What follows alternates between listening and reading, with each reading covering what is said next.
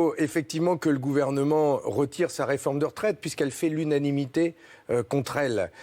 Donc toutes les professions le disent, elles ont fait leurs calculs. Toutes les professions vont perdre. Et c'est la pire réforme des retraites de ces 30 dernières années. Il faut lire ce qu'il y a décrit dans le rapport remis au gouvernement. Je peux vous citer une phrase, page 95, la pension moyenne passera de 51% du revenu moyen à 33% du revenu moyen. Si on ne fait rien, c'est pas si on applique la réforme. Si on applique la réforme dans une retraite, dans une réforme par points, tous les salariés perdront de leur pension. La retraite par points, c'est points de retraite. C'est de la retraite en moins.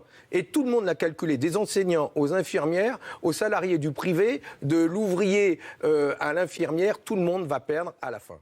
Je regrette que le gouvernement joue le bras de fer. J'aurais préféré qu'il joue le dialogue et que toutes les propositions soient mises sur la table et que nous puissions en discuter. C'est dans ce sens que le Parti communiste français a adressé au Premier ministre et au gouvernement ses propositions pour un autre financement de la réforme de retraite.